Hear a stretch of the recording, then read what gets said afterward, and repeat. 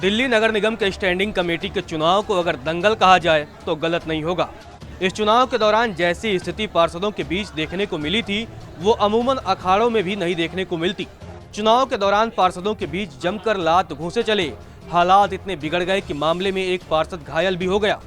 हालांकि विवादों के बाद निगम सचिव ने अचानक चुनाव नतीजों का ऐलान कर दिया, जिसमें 3 सीटों पर बीजेपी तो 3 सीटों पर आम आदमी पार्टी की जीत हुई, जबकि चुनाव में आम आदमी पार्टी के चौथे प्रत्याशी को हार मिली।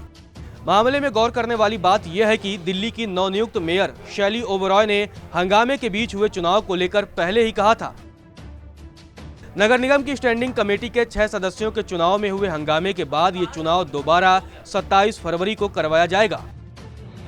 हालांकि अपने इस बयान के बाद शैली ओबरॉय ने अचानक निगम सचिव के नतीजों का ऐलान कर सबको चौंका दिया, लेकिन इस नतीजों से पहले दिल्ली नगर निगम में स्टैंडिंग कमेटी के चुनाव में पार्षदों के बीच जमकर लात घूंसे चले। वजह रही मेयर शैली ओबरॉय का एक मत को अवैध घोषित करना।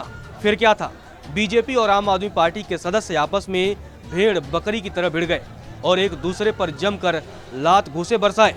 हंगामे के बीच पार्षद अशोक मनु बेहोश हो गए, जिसके बाद उन्हें नजदीकी अस्पताल ले जाया गया। वहीं मामले में आप और बीजेपी की ओर से एक दूसरे पर कई गंभीर आरोप भी लगाए गए। मामले में आप विधायक आतिशी का कहना था कि जब उन्हें यह एहसास हुआ कि उनकी पार्टी चुनाव हार जाएगी, बीजेपी के सदस्य आक्रोशित हो गए और उन्होंने महापौर पर हमला कर दिया।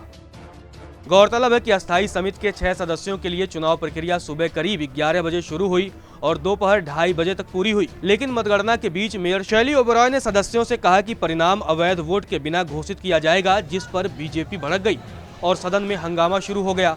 वहीं जीतने वालों में बीजेपी की ओर से कमलजीत सहरावत, गजेंद्र दराल, पंकज लूथरा रहे, तो वहीं आम आदमी पार्टी की ओर से मोहिनी जिंदवाल, अमिल मलिक और रमींद्र कौर को जीत हासिल हुई, जबकि आपकी सारिक चौधरी को हार मिली।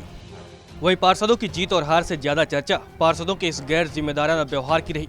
जिस तरह से एमसीडी चुनाव की प्रक्रिया की शुरुआत से ही आप और बीजेपी पार्षद एक दूसरे के खिलाफ मोर्चा खोले बैठे थे, उसको लेकर लोगों के मन में कई तरह के सवाल खड़े हो गए। लेकिन सदन से बीते दिन जैसी तस्वीर सामने आई, उसने तो सदन की मर्यादाओं को तार तार कर दिया कि आखिर जिन लोगों के कंधे पर लोगों की समस्या के समाधान की जिम्मेदारी है, वो लोग ही इस तरह का रवैया अपनाएंगे तो आम जनता क्या करेगी।